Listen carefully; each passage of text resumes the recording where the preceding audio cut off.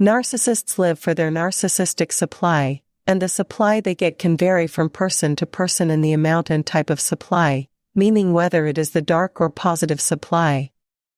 The positive supply is usually a result of their fake image and persona.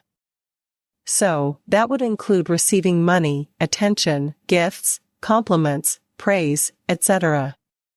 Whereas their preferred source of supply, which I refer to as dark supply, is what they get from manipulating and hurting others. At the end of the day, narcissists want both forms of narcissistic supply. And the quality and quantity of supply a narcissist gets from one individual to the next can affect how the narcissist treats that individual. But some people are led to believe that the narcissist views all their supplies the same.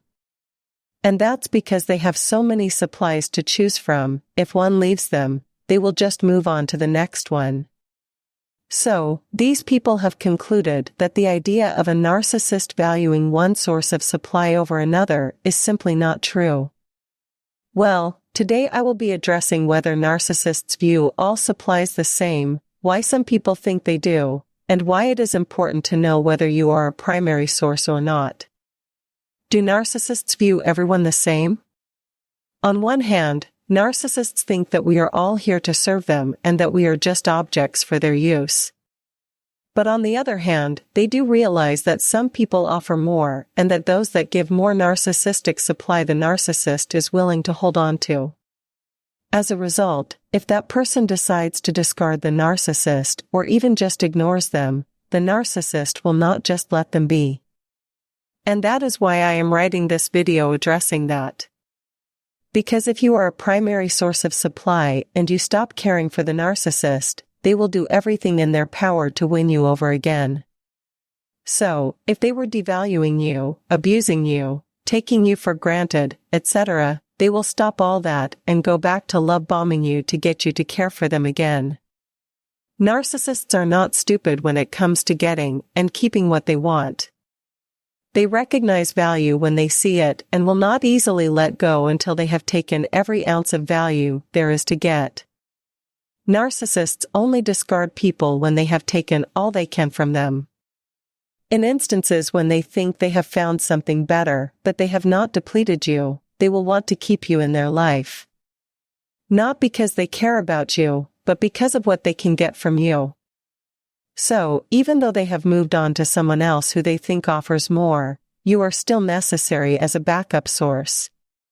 But on the flip side, from the narcissist perspective, there are some people who are just not worth keeping around. I wrote this video explaining why a narcissist would reject someone, as there are some people who rub narcissists the wrong way.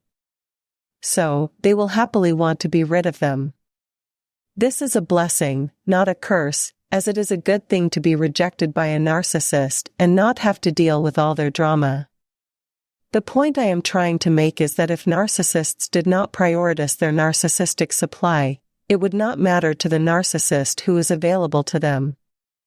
They may even actually just be content with what they have, but they are not.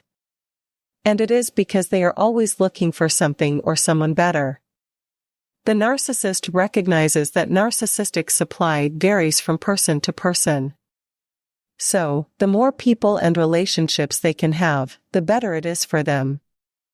Narcissists need to be constantly fueled, and if they happen to find one person who provides the bulk of that fuel, they will prioritize keeping that person around as opposed to others who may provide a bare minimum.